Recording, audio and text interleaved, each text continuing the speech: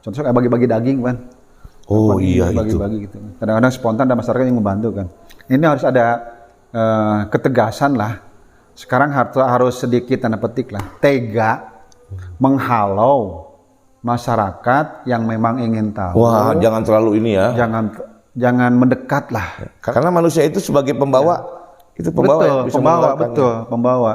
Karena kita kan tidak tahu dan ya panitia kan nggak mungkin juga memeriksa semuanya orang yang akan mendekati lokasi penyembelihan, periksa hiji-hiji. Nggak itu mungkin lah. Mendingan dicegah sebelumnya. Cegah sebelumnya. Mungkin dari jarak ya 10 atau 20 meter boleh melihat, jangan mendekat. Kan sudah cukup oleh panitia lah. Iya. Percayalah sama panitia hewan kurban, itu akan bekerja secara profesional sehingga tidak akan menimbulkan rasa khawatir lah terhadap produknya ataupun terhadap kita semuanya sebagai masyarakat umum gitu. Wow. Masalahnya gini Kang. Kan begini Kang Dani. Ya. Nih tambahan informasi. Di episode sebelumnya itu kita pernah membahas, mudah-mudahan teman-teman Juleha juga paham, teman-teman ketua DKM paham dan ketua panitianya juga paham. Jadi ternak sehat sudah pasti bisa disembelih dan dimanfaatkan sebagai hewan kurban. Kemudian berdasarkan fatwa MUI, meskipun itu bergejala, selama gejalanya itu ringan, masih sah. Kan? Nah ini yang agak krusial nih, yang ini Kang Dani. Yang ternak mengalami gejala berat, tetapi sembuh, ya sembuh. Nah ini kan sekarang kalau memang sudah dinyatakan sembuh, boleh, sah. Nah, tapi ada yang mengatakan nih teman-teman dokter hewan dari mana ya? Balai Besar Veteriner Wates Yogyakarta. Itu memang dilematis Kang Dani, sangat-sangat dilematis. Ini pernyataan beliau. Karena apa?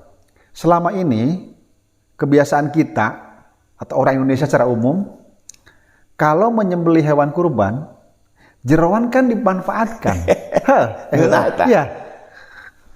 Dan ya saya nggak tahu persis ya, mungkin sudah turun temurun.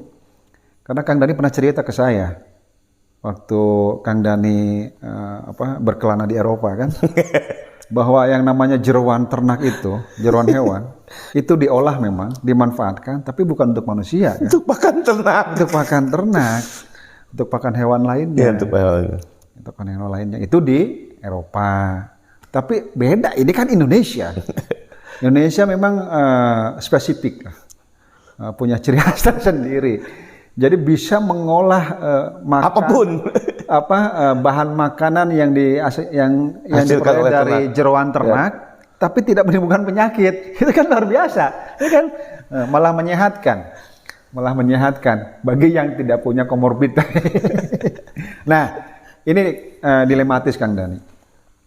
Di satu sisi kita sebagai insan peternakan ingin mempercepat pengurangan atau pengendalian penyakit PMK.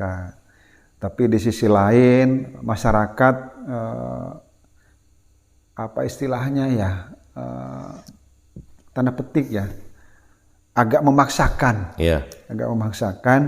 untuk memanfaatkan produk jeroan tadi. Padahal jeroan itu yang sangat itu ya. Kalau dalam saat ini kan bisa dibagi rata nih gitu. Kalau di panitia kurban tuh, karena saya juga pernah ikut. Pertama dagingnya tuh bagi nih ratusan atau ribuan. Terus jeroannya potong kecil-kecil bagi kan gitu kan. Jadi semua disatuin lagi. Jadi semua gundukan kan ada semua bagian, tubuh ternak. Iya. Tubuh ternak. Termasuk kalau kulit nggak dijual itu juga dipotong-potong ternyata. Tadi saya baru dengar Kang. Saya mendengarkan presentasi dokter hewan atau dokter hewan Iskandar dari Widaswara Batu, PP Batu, Balai Besar Pelatihan Peternakan Batu.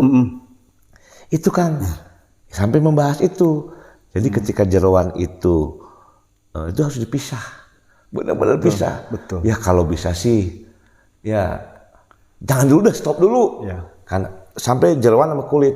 Tapi apapun apabila itu betul-betul terpaksa, yang namanya orang Indonesia ya tadi Akang bilang, namanya juga kita bisa ngolah deh, jadi makanan enak.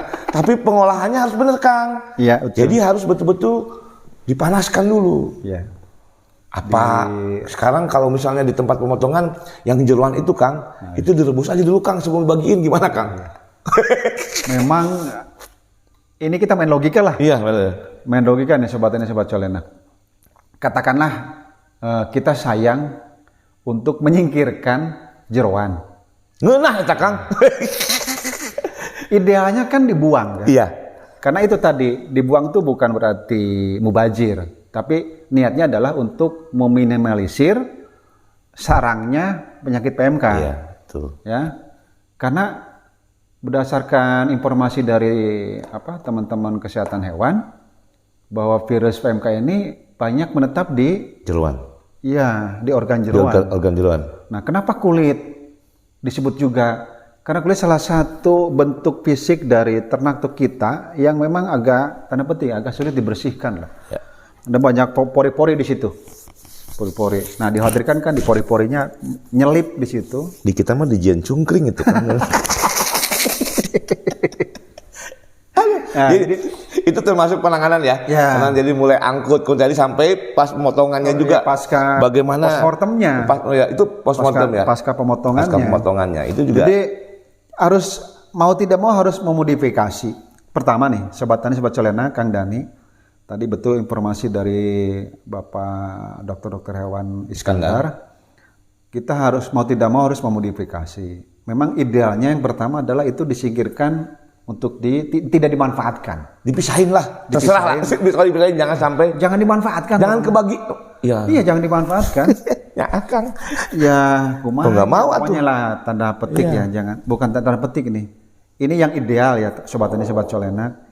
Jangan dimanfaatkan itu namanya jeroan dan kulit, apalagi darahnya. Kemudian yang kedua, jika mau memanfaatkan yang namanya jeroan, kulit, biasanya kan ada sumsum tuh di kaki-kakinya tuh. Kikil lah. Atau tanduk lah katakannya, ada yang untuk kerajinan. Nah, mau memodifikasi, artinya memodifikasi, mau tidak mau ini menambah sarana, menambah biaya, menambah pekerjaan, itu sarana untuk merebus di lokasi penyembelihan. Wah. Jadi panitia ekstra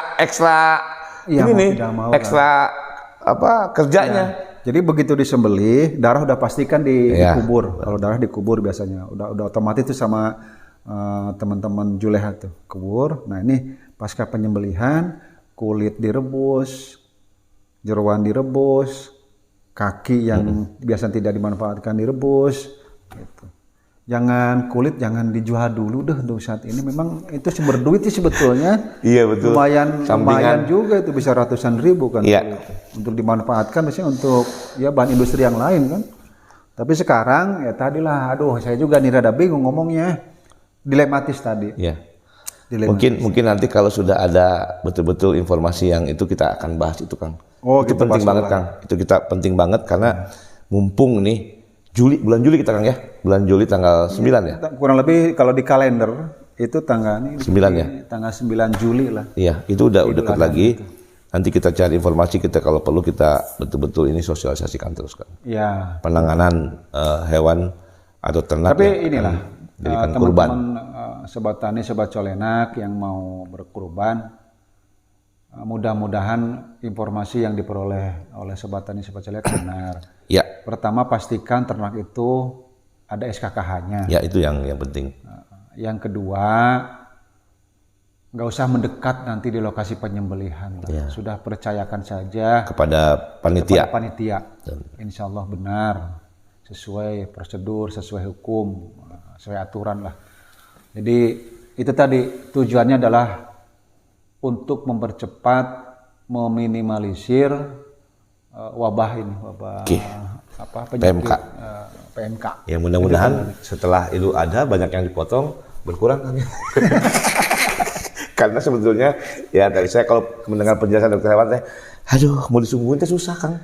Kumaha tuh udah. Jadi mesti dipotong gitu. Gimana lagi ya tuh. Oke, baik Sobat Culenak, mudah-mudahan ini bermanfaat obrolan kita ya, Kang ya. Amin, amin. Dan sekali lagi jangan khawatir, jangan ragu untuk menunaikan ibadah hewan berkurban dalam rangka Idul Adha. Iya, betul.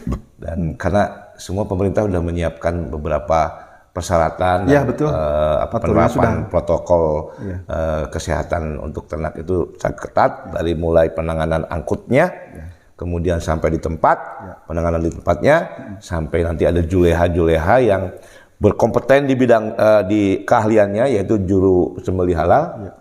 Gunakan juleha yang sudah bersertifikat, dan itu pasti insya Allah ternak itu akan aman untuk di. Oh ya, ini juga SDM di kepanitiaan hewan kurban tuh juga harus diedukasi. Diedukasi dan menerapkan protokol kesehatan juga. Dari mulai APD ya. Kalau juleha kan udah pasti punya pakaian. Tentunya juleha yang akan beritahu nih Kang ya. Harus. Artinya yang kepanitiaan yang lainnya. Tetap sebelum masuk lokasi itu disemprot, dan setelahnya juga disemprot juga lah. Ngopi Kang. Oh, ngopi Kang, ngopi. Lupa saya teh. Ngopi ya. Oke, Sobat Culenak, semoga bermanfaat obrolan atau celotehan kita. Dan sampai jumpa di episode berikutnya. Peternakan Indonesia Jaya. Salam Culenak.